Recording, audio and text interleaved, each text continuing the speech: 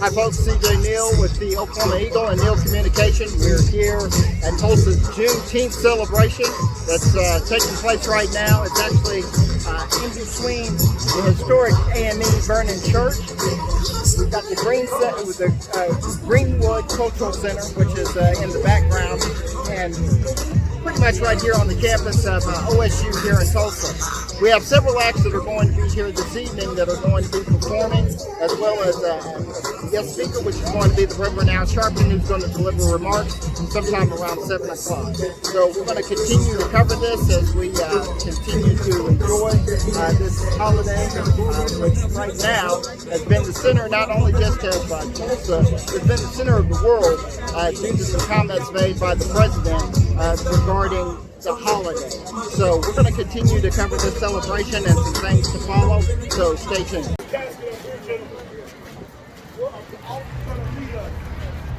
No, we're here. We'll find him. Where's Rob at? Testing 1, 2. All right, Rob. Go. Hey, Rob, where you going to do?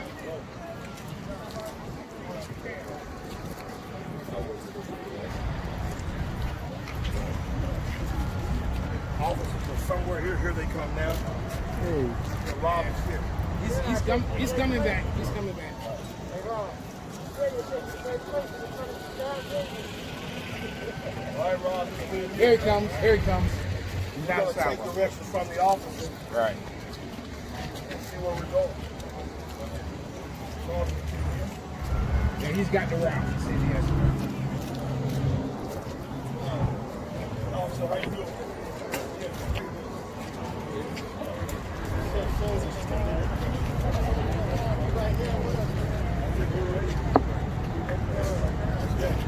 All right, gentlemen, let's go to work. Let's go ride.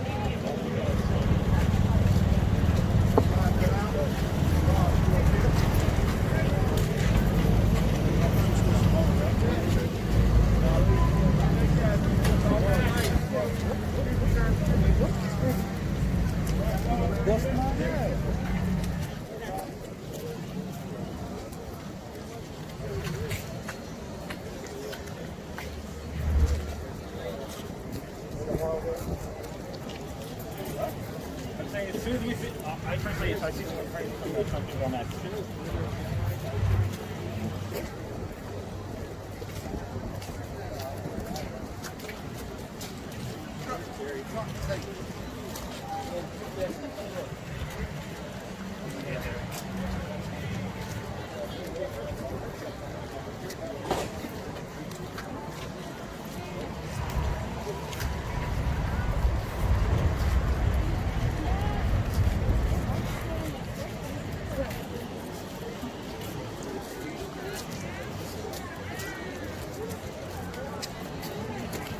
When was America great?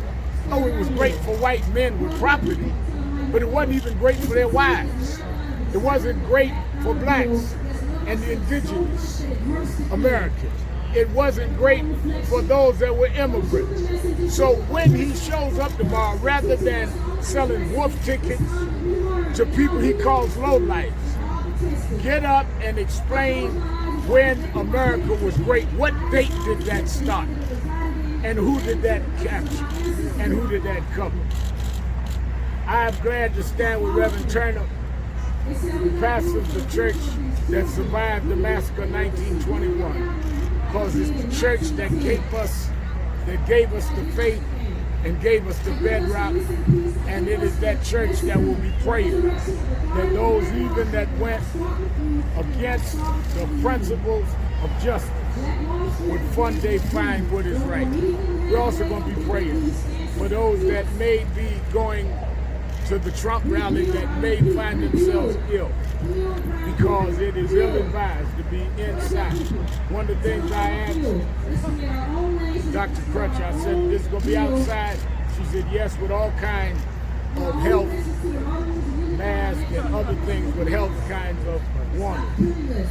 I would not do an indoor rally, but the president thinks that he's above all of that. Now, he'll be calling us nasty names. he will be tweeting something against me. Because he really wants you to forget about John Bolton. He wants to flip the script. He wants to change his own national security advisor, saying that he tried to make a deal with China to affect the election. So anything he says about us is a distraction. Whatever you say about me, Mr. Trump, I stipulate. Now answer, when was America great? Call me a name, I stipulate. But answer, were you not engaged in a conversation with the president of China, telling them to do things to affect the election? Call me whatever name you want, I stipulate. Answer the question, because I come to Tulsa to deal with an issue. You should come to Tulsa and deal with the issues of what is going to deal with the real racial history and in healing in America. He's addressed everything but how to deal with the racial gap in this country. He has not addressed it, he has not said it, he has not laid it out. So as you come to the city that there was a massacre, as you come on the weekend of Juneteenth, address your policies of how you intend to close the race gap in America and how you intend to deal with the systemic disparity and how blacks are treated by law enforcement like Terrence Crutcher. Or just admit you don't know how and therefore you're not fit to preside at this time. Thank you very much. Thank you all so much. Do you think Trump is ignorant of the Black American history? I don't know. He said he didn't know about Juneteenth Day. So I'm not saying it, he said. And he said that he changed the day when an African-American friend of his told him about it. He's 74 years old and never heard of Juneteenth. Then he turns around and says he made it popular. I know him Juneteenth all my life. I grew up in the same town he did. Many did. Many maybe didn't, which is why we do need a federal holiday. But certainly anyone that is qualified to be president of the United States should have known what Juneteenth is. You also say that he's done more than any president for Black people in the years. What do you think of that? Are you the opening act? You the comedian today? I mean, what has he done for blacks? We're doubly unemployed. We have the highest unemployment rate that we've had in years. There's the health disparity in the middle of the pandemic. You've got 4 major criminal justice cases in the last 30 days, from beginning with Brunswick, Georgia with Ahmaud Arbery. Then you go to Breonna Taylor in Louisville, Kentucky. Then you go to George in Minnesota, Minneapolis. And then you come and you deal with the Brooks case in Atlanta. 4 in 30 days. None of which he did anything but pour gas, pour on the gas on the fire and inflame the country even more. So what is he talking about? Does he mean that we should be happy that we are the victims of more COVID-19 than anyone? That we should be happy we're more unemployed? That we should be happy we're more incarcerated? None of that changed under him. The things that Obama had put in place to deal with criminal justice, consent decrees, a 21st century policing task force, he disbanded them. Our voting rights that we were fighting, that the Attorney General under Obama was fighting for, he stopped all those voting rights lawsuits. So what did he do for us?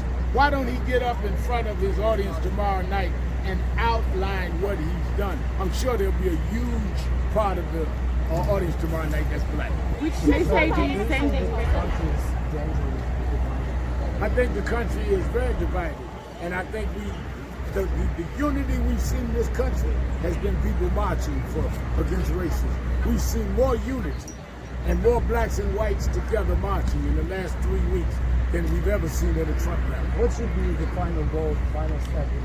Equal protection under the law. We're not asking for favors. Equal protection under the law. What do you think about the hangings, the rash of hangings? We have people looking into that in California. I talked to a member of the family of both of those that are very much in question. What are you sending by coming?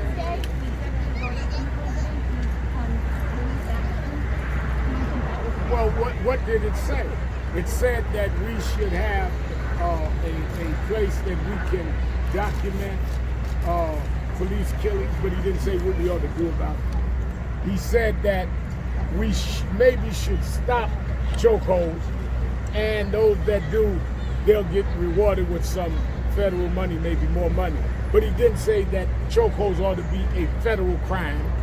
So what did he order? Us to count. I can give him the count of how many blacks have been killed. I can give a suggestion about chokeholds, but what everybody else gets is law.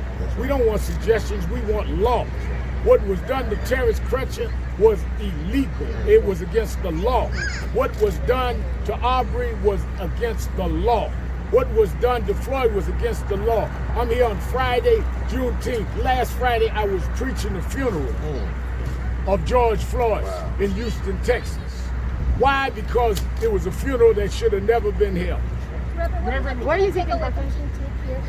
I want them to take away the memory that people kept fighting, abolitionists, black and white, just like black and white are marching now. And they stopped slavery, even when people got it 2.5 years later.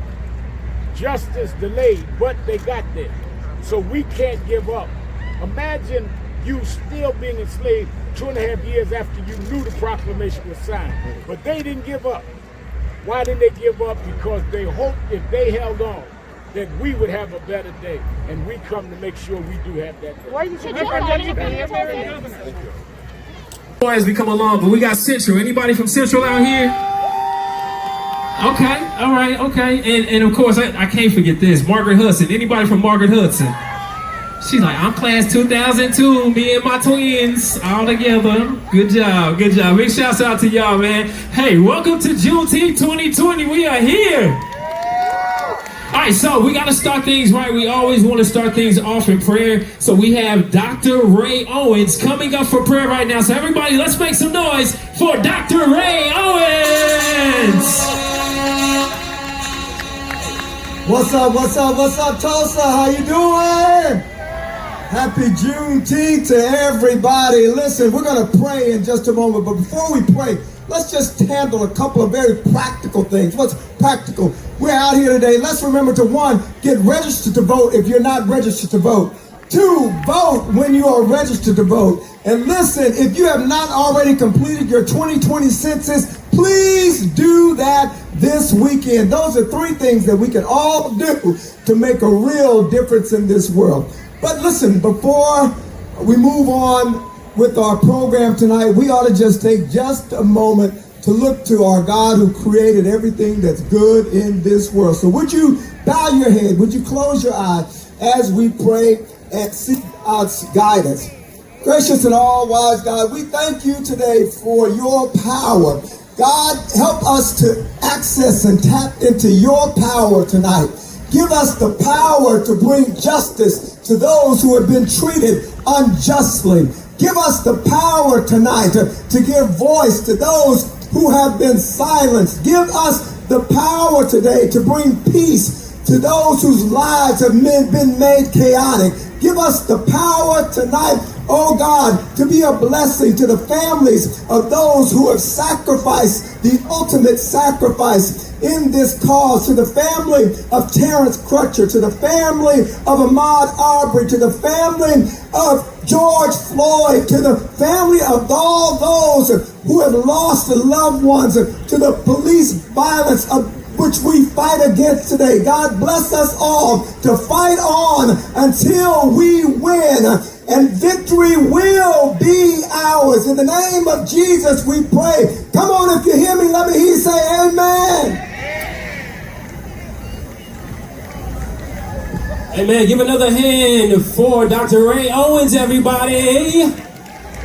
Oh, I see so many familiar faces out there. I see Joy McConaughey out there. Hey, cousin, what's going on? All my people out here today, all right? So we're going to start things off. So if I can have everybody stand with us for just one moment, everybody stand with us. We're going to sing the Black National Anthem.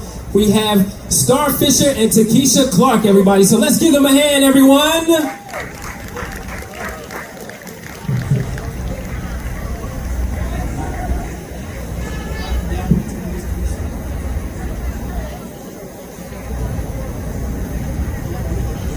Lift every voice and sing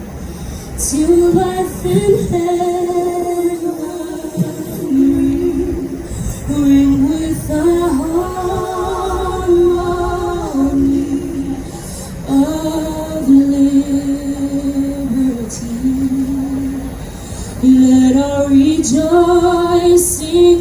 Rise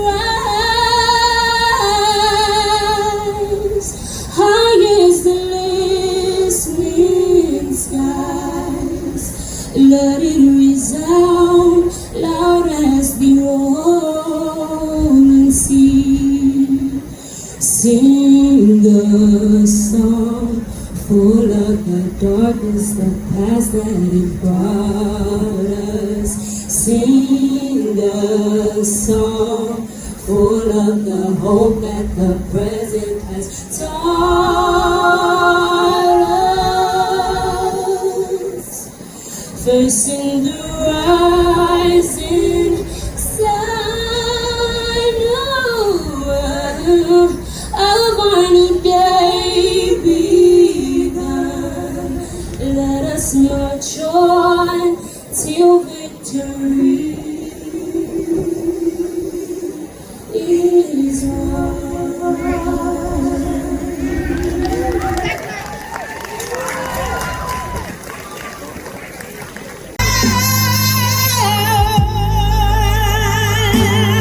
Deliver me,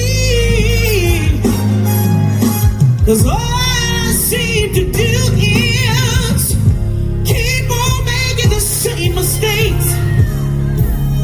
But God, I need you to deliver me. Yeah.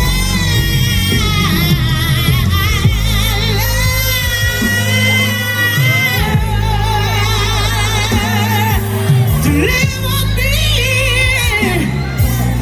'cause all I seem to do is hate me. Oh, hate me. Yeah. Yeah.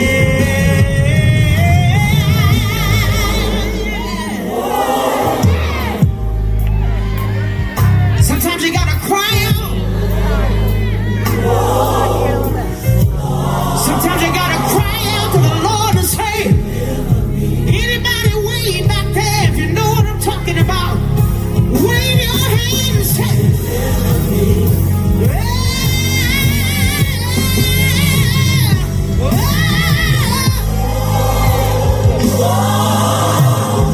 I know you may not believe it, but everything is gonna be alright.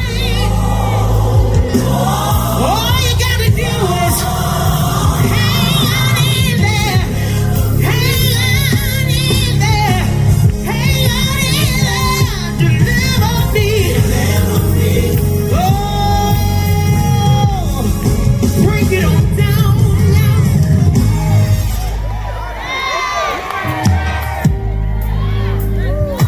The sun will shine again. He's gonna turn your tears into joy.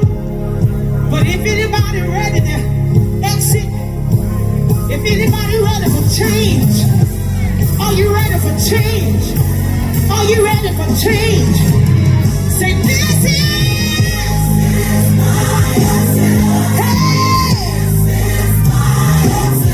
We're saying goodbye to the old me. Yeah.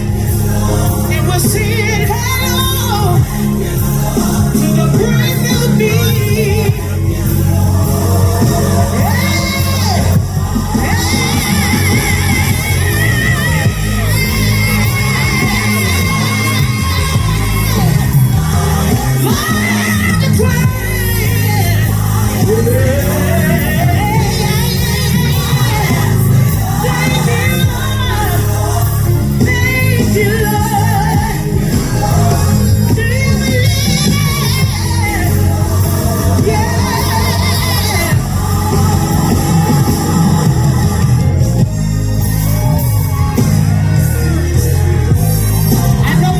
Church, but you want to look at your neighbor and say, everybody.